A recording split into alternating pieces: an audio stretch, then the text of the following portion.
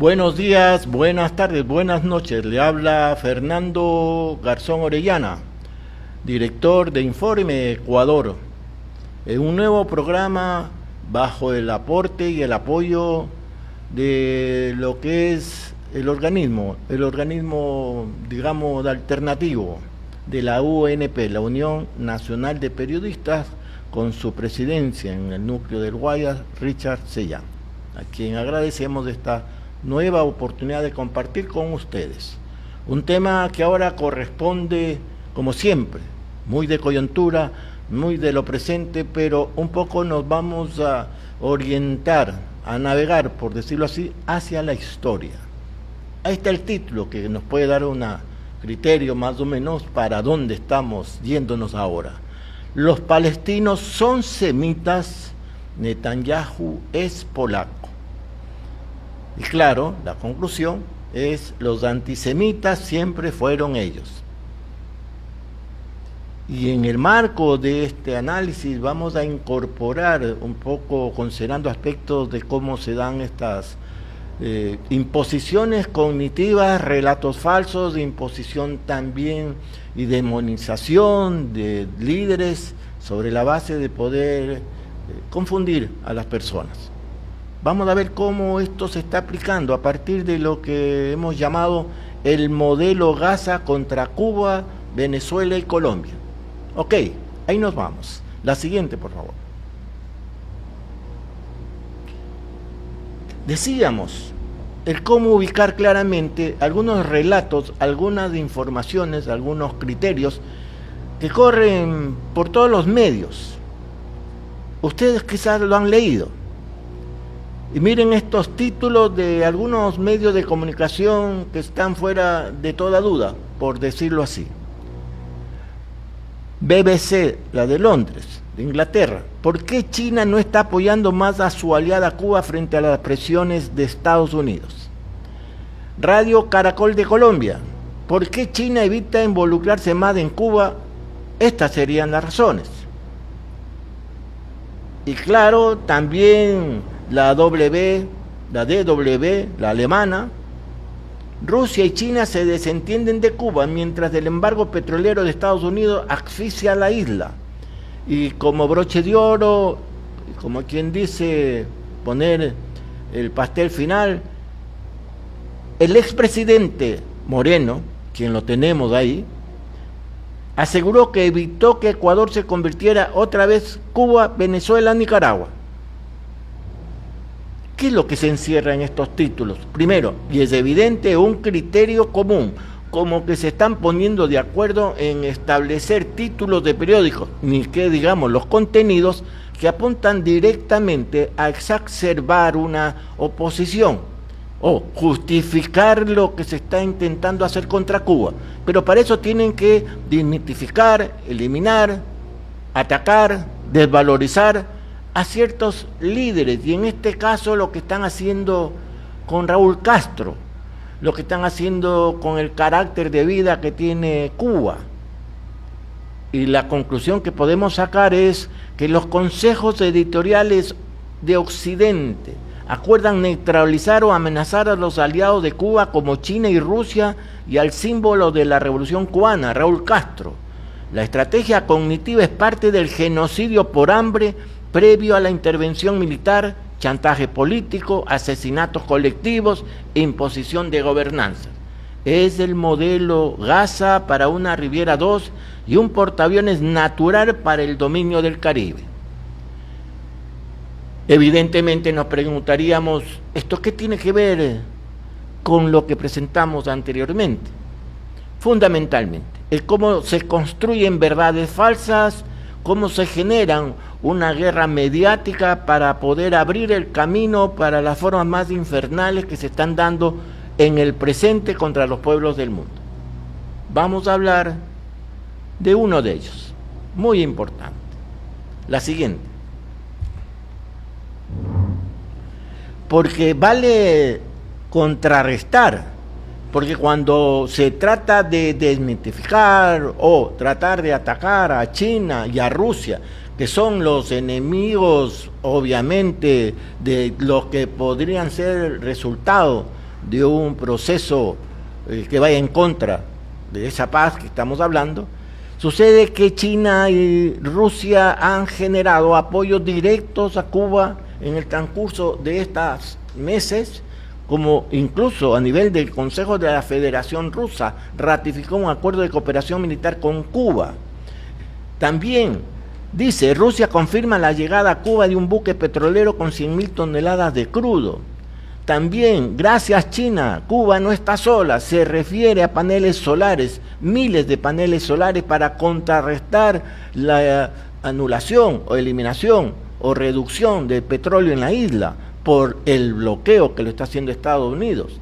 Y también Díaz-Canel, el presidente de Cuba, agradece el donativo de arroz enviado por China.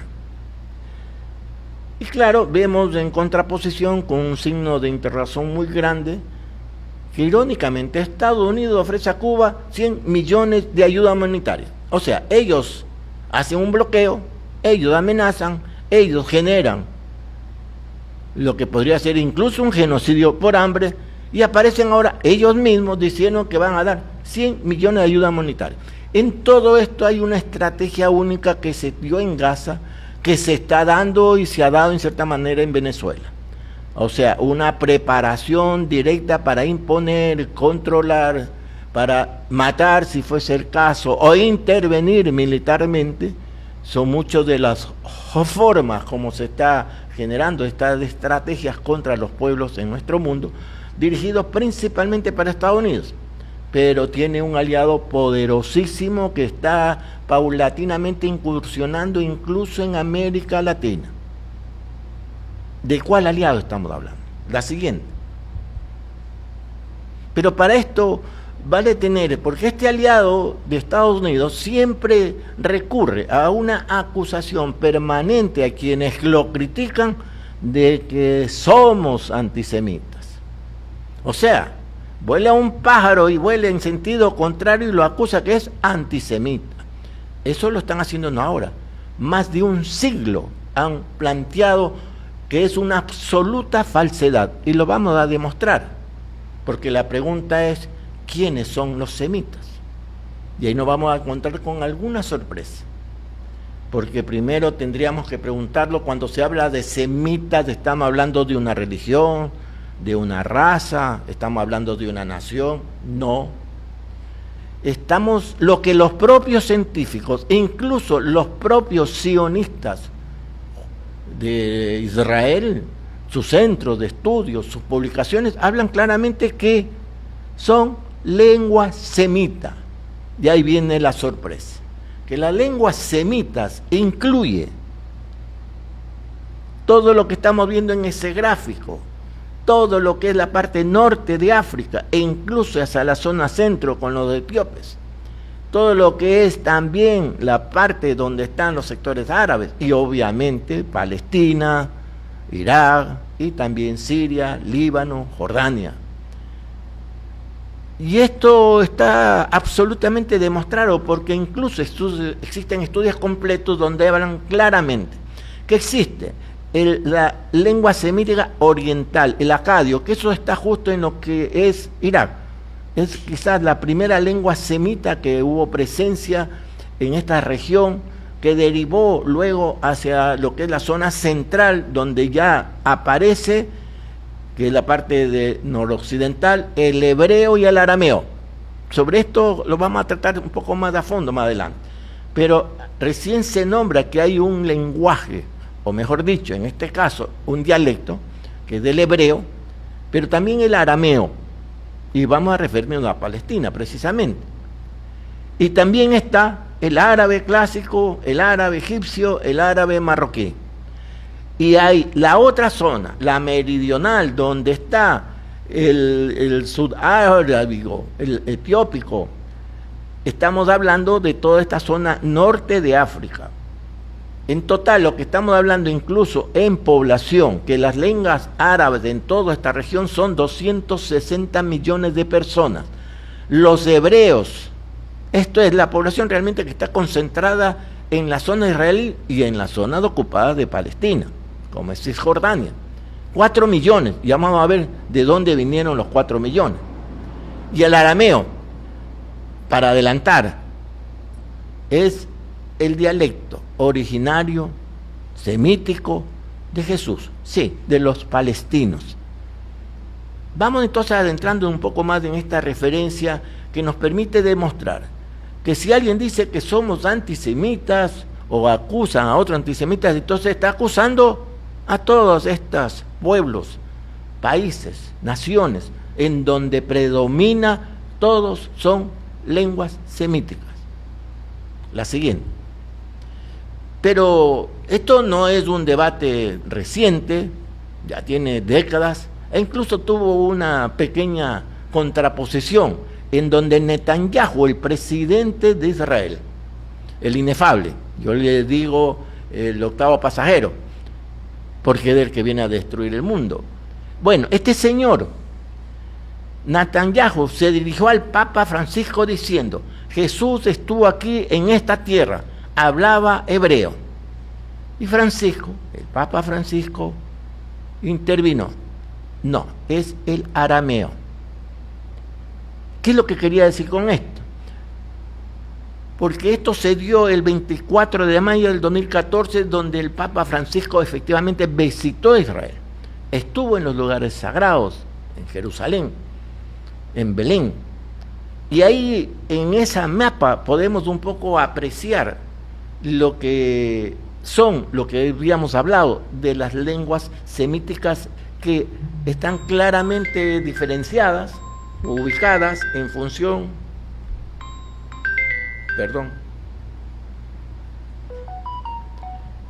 están claramente diferenciadas. Y veamos lo que tenemos aquí. O sea, tenemos en la parte verde, círculo verde que estamos viendo ahí, es la parte oriental, donde habíamos señalado, donde un poco se inician las lenguas semíticas, y ahí está el acadio y también aparece ya el arameo. Estamos en la parte central, en donde están las líneas rojas, que incluye, entre otras, está noroccidente, está también el árabe, está arameo, también está, y aparece ahí recién el hebreo, y está el meridional, donde está principalmente de Etiopía. Pues bien, el arameo es una rama de las lenguas semíticas con una historia de al menos 3.000 años. Hay pruebas de que fue la lengua mayoritaria en el norte de Galilea y gran parte de lo que es Palestina. Fue el idioma original de grandes secciones, atención, del Antiguo Testamento, como por ejemplo los libros de Daniel y Esdras, así como la lengua principal del Talmud. El Talmud es el libro de la religión judía, basado en la presentación de las anécdotas, de las costumbres, de las circunstancias vinculadas al tema religioso. El hebreo pertenece a otro subgrupo de las lenguas semíticas, se usó en Judea en el primer siglo. Y hay que precisar, el arameo predominó todo lo que es la zona de Palestina. El hebreo, que es actualmente el idioma oficial del Estado de Israel, estuvo una presencia de unos 2 siglos aproximadamente, pero luego fue decayendo porque se impuso el arameo, que ya de por sí tenía presencia directa en la propia Palestina. Por eso sabemos que Jesús hablaba arameo, pero los jerarcas de la iglesia judía mantenían, y así lo mantuvieron después también, el uso como lenguaje sagrado, le dicen ellos, al hebreo. Muy respetado, pero estaba en ese marco. Y vale decir, por ejemplo, y ahí está lo que habíamos señalado, la propia Universidad de Oxford, en su diccionario sobre el cristianismo, o lo que son las palabras del cristianismo, en 1958 afirmó que en su primera edición, que el hebreo dejó de ser una lengua hablada alrededor del siglo IV antes de Cristo, porque luego dominó totalmente el arameo. O sea, ni siquiera la lengua hebrea, que se asume es la identidad principal porque trae de una historia de siglos, sucede que desapareció un tiempo las referencias de escritura. Sigamos entonces viendo esta referencia. Y valdría decir, porque digamos estas son fuentes primarias, por decirlo así, pero les voy a presentar un texto que está ahí. La siguiente, por favor. Sí, la siguiente. Ese texto que les vamos a presentar es de la Santa Biblia. Ahí está una foto. No es una foto cualquiera, porque una foto la tomé yo mismo, es un libro que yo tengo, fue de mi hermano, pero es un libro, como dice la Sagrada Biblia, la versión directa de los textos primitivos, avalados y editados por el Monseñor Juan Strasbinger de Estados Unidos, y que tiene una versión, digamos, oficial desde la propia Iglesia Católica, Apostólica y Romana. Pues bien, en el Viejo Testamento, en donde es parte de lo que es el referente incluso de la propia religión judía, hay un texto que hace referencia al arameo, que da fe de lo que estamos diciendo, y dice textualmente, esto está en Deuterónomos 26 y dice, cuando hubieres entrado en el país de Yahvé, tu Dios te va a dar en herencia, y cuando después de tomarlo en posesión habitares en él, tomarás de las primicias de todos los frutos de la tierra que cosecharás en el país de que Yahvé, tu Dios, te dé, y las pondrás en un canasto, e irás al lugar que Yahvé, tu Dios, haya elegido como morada de su nombre. Allí te presentarás al sacerdote que fuere por entonces y le dirás, yo confieso hoy a Yahvé, tu Dios, que he entrado en el país de Yahvé, juro a nuestros padres que nos daría. El sacerdote recibirá el canasto de tu mano y la pondrá delante del altar de Yahvé, tu Dios. Entonces tomarás la palabra. Quien está haciendo esta referencia es Moisés. Este es del Antiguo Testamento.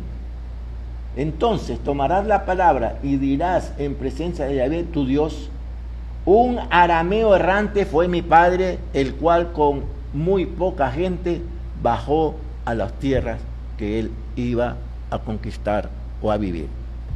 O sea, la propia Biblia, este texto queda aceptado incluso por la propia fe judía, como texto incluso sagrado de ellos, hace referencia exacta, lo que le dice, se asume, Dios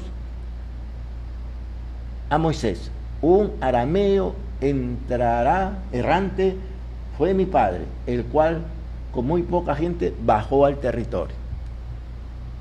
Bueno, es un poco para reafirmar el rol que tuvo el lenguaje semítico bajo esta modalidad o esta forma que es el arameo, como un dialecto propio ya de la región. La siguiente. Pero para reafirmar más todavía, porque aquí viene un aporte importantísimo de Enrique Dussel,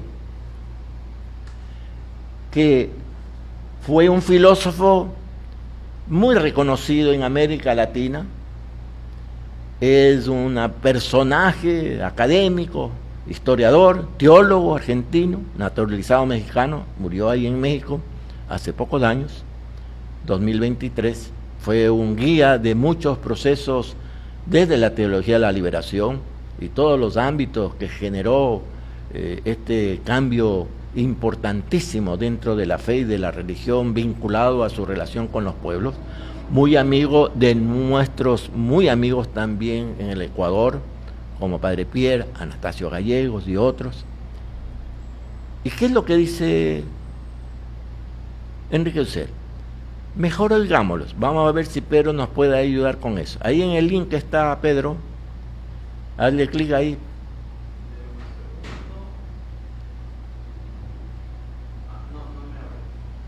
¿Seguro? Ah, es que lo pasaste de las imágenes, ¿no? Deja ver si yo lo abro acá. ¿Y hasta eso sigo hablando? Sí puedo, ya. Miren lo que dicen, pero lo van a escuchar a él también.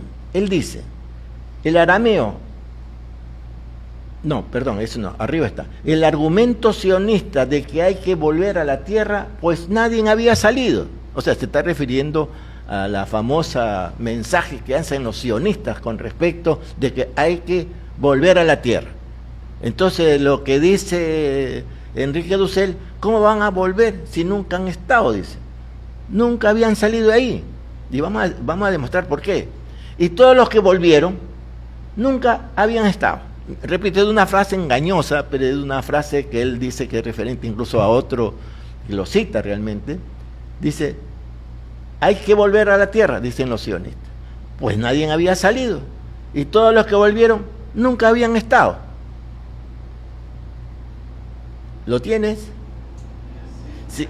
Sigamos. El arameo, que había sido la lengua vernácula de Palestina durante siglos, comenzó a ser desplazado gradualmente por el árabe. Mire, esa es la historia real. A partir del siglo VII después de Cristo, tras las conquistas musulmanas. O sea, tenemos el arameo, y ahí vino el lenguaje del árabe, pero también semitas. O sea, siguen siendo semitas. A ver. Dura un minuto nomás, es corto.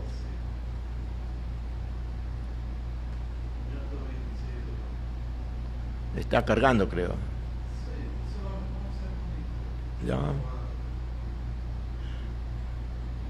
El argumento sionista de que hay que volver a la tierra, pues nadie había salido y todos los que volvieron nunca habían estado. Pues si estamos en la cultura madre de la cultura del Mediterráneo, Egipto, de ahí va a salir hacia los palestinos, y el hebreo es no más que un dialecto palestino. Mire, si uno le dice eso a los sionistas hoy en Israel, ¿qué tanto hebreo? Si ustedes son un dialecto palestino. Tenía razón Arafat, que dijo, yo siempre he estado aquí, nunca me han expulsado. Es verdad, la expulsión de Israel nunca existió. Hicieron salir 200 o 300 gente de la élite, los romanos en el año 70, pero el pueblo judío se quedó en Israel. Los judíos de España fueron judíos convertidos, bereberes, que llegaron a España, nunca habían estado en Israel. Los judíos rusos no eran rusos ni habían estado en Israel, eran cazares que se convirtieron al judaísmo y entraron en Rusia. De tal manera que el argumento sionista de que hay que volver a la tierra, pues nadie había salido y todos los que volvieron nunca habían estado. Esto lo dice un profesor de Tel Aviv. Digo esto para entender todo al revés. Mi clase de hoy es eso. ¿Me avisas? ¿La imagen?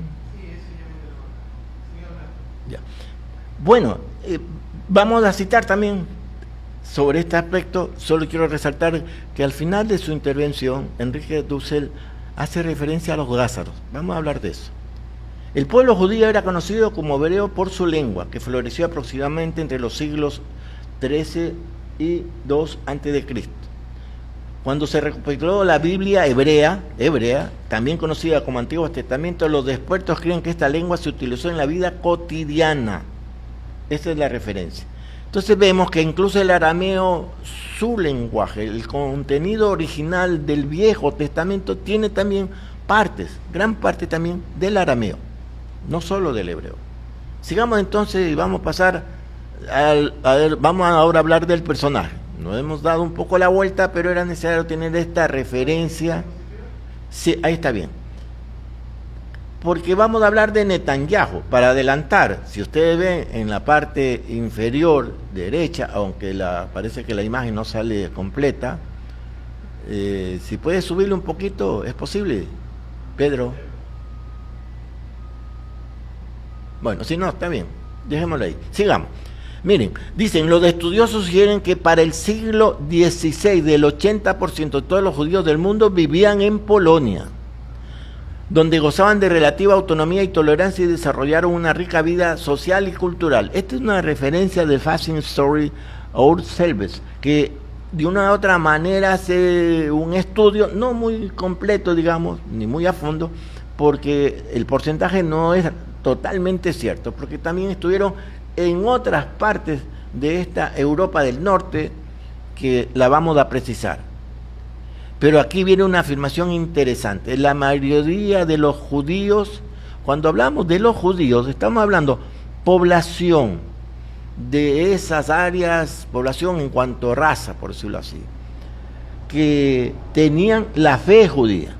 Pero se ha hecho una especie de imbricación, no muy objetiva desde el punto de vista científico, pero muy útil para las necesidades del sionismo, de decir judío como si fuese una raza, como si fuese hasta un idioma, como si fuese un país, todo. No. O sea, el judaísmo es una religión, no es un lenguaje. Pero dice que los judíos abandonaron los shelik, que eran pequeños poblados, para vivir en grandes centros urbanos como Varsovia, Vilna, Cracovia, Lodz, en la década de 1920. ¿Por qué hago mención de esto? Perdón, otra vez.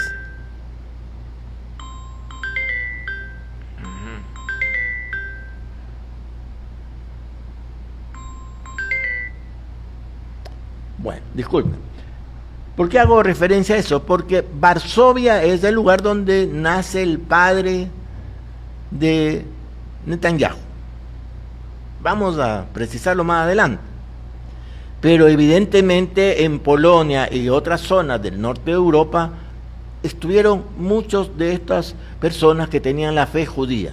Algunos judíos ortodoxos que buscaban proteger el judaísmo intentaron aislarse de la hostilidad y las influencias externas, pero ahora sí ya lo mencionan por fin. Los sionistas promovieron la idea de la migración masiva a Palestina. Estamos hablando de inicios del siglo pasado. Y esto hay historiadores como Richard Evans, que está ahí con el título Tercer Reich. La siguiente. Pues bien, ¿de dónde viene Netanyahu? ¿Netanyahu tiene orígenes de Palestina o de Israel o de ese territorio? ¿Sus antepasados nacieron ahí? Esa es la pregunta de fondo. Veamos quién fue su padre y quién su abuelo y de dónde provenían. Netanyahu efectivamente nace en Tel Aviv.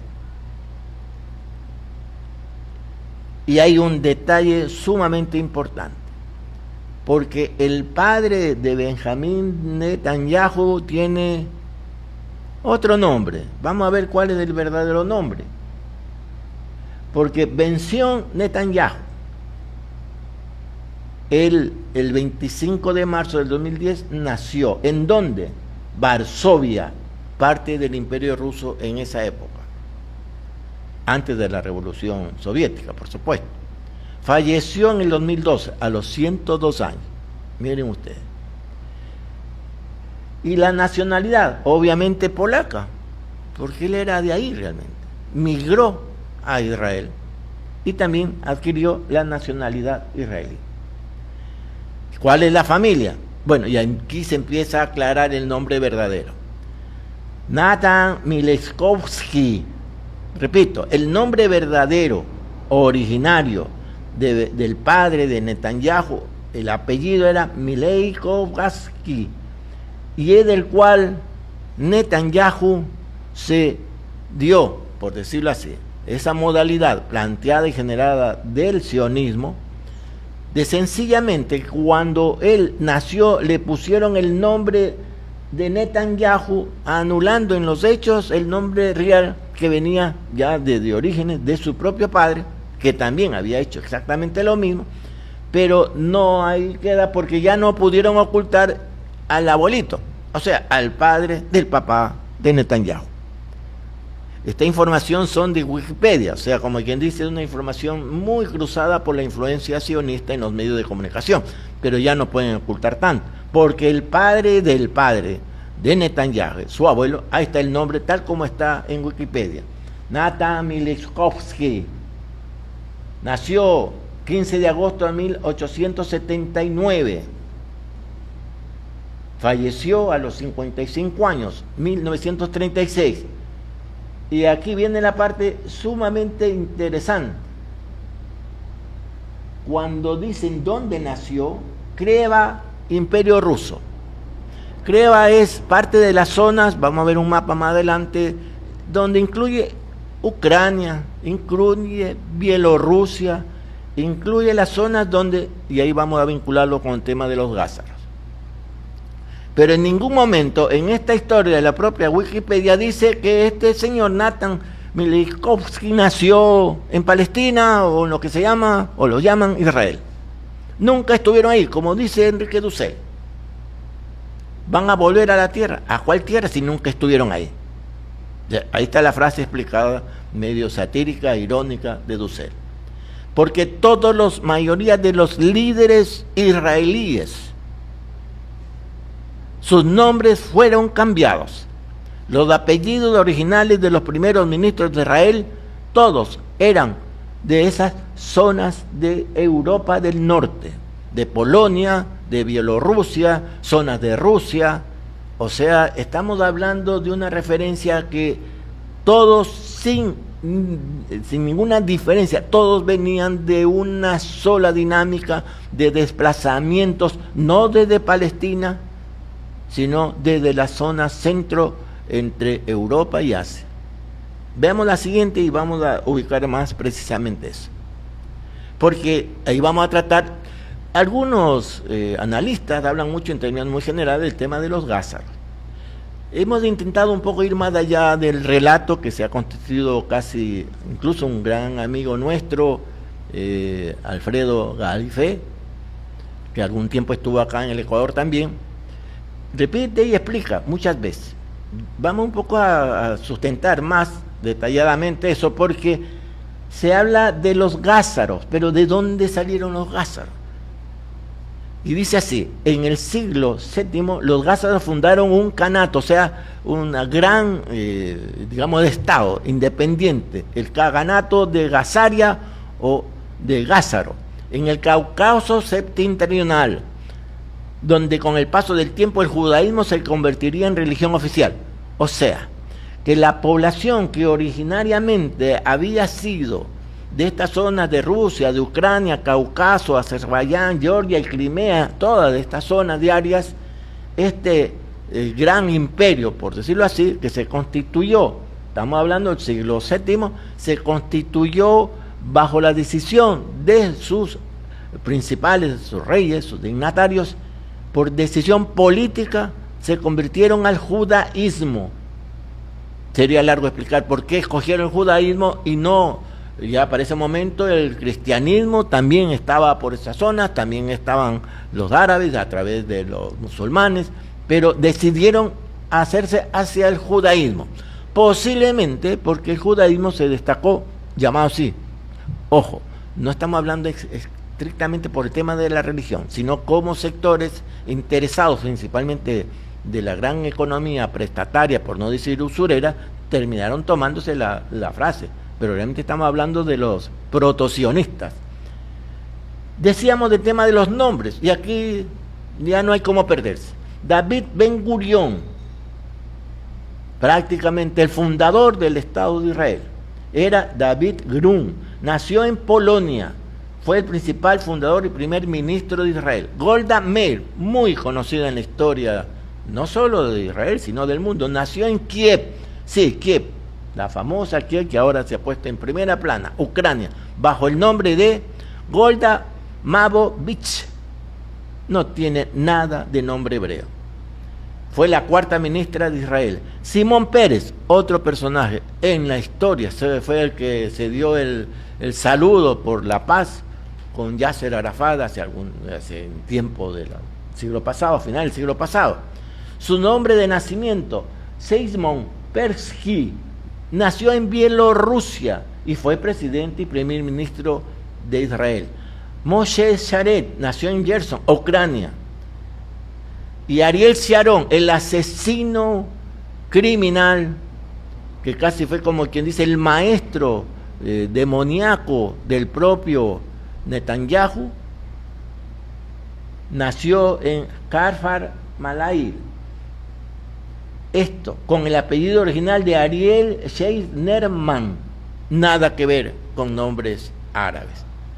Bueno, con esto estamos un poco precisando que efectivamente la Gazaría, el Canato de Gazaría, toda esta dinámica vinculada a lo que fue un gran poder en esa zona, fueron los que terminaron siendo los que propiciaron, a través de esta ideología sionista, la intervención sobre Palestina.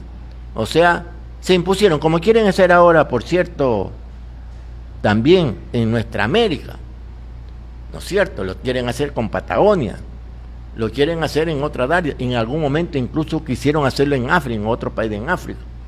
O sea, esta es una dinámica importante porque ahora hay un proceso de intervención y de incidencia directa en los procesos de América Latina. La siguiente. Bien, con esto hemos concluido. ¿Cuáles son los mensajes o criterios centrales? Uno, efectivamente, en Palestina vivieron siempre los palestinos. En Palestina siempre estuvo el lenguaje semítico. No solo el arameo, que fue el lenguaje de Jesús y que dominó algunos siglos de esa zona, sino también los otros, incluso el hebreo, incluso el árabe y otros dialectos de la zona. Esos eran semitas. Y por eso la referencia de semitas no está referida a religión, raza u otra referencia, es al lenguaje. Entonces, cuando los sionistas dicen que uno es antisemita, es un absurdo. Cuando dicen que los que en el caso de Irán, en el caso de los líderes y pueblos que observan el rol que tiene Israel en Medio Oriente y le dicen que son antisemitas, es un absurdo.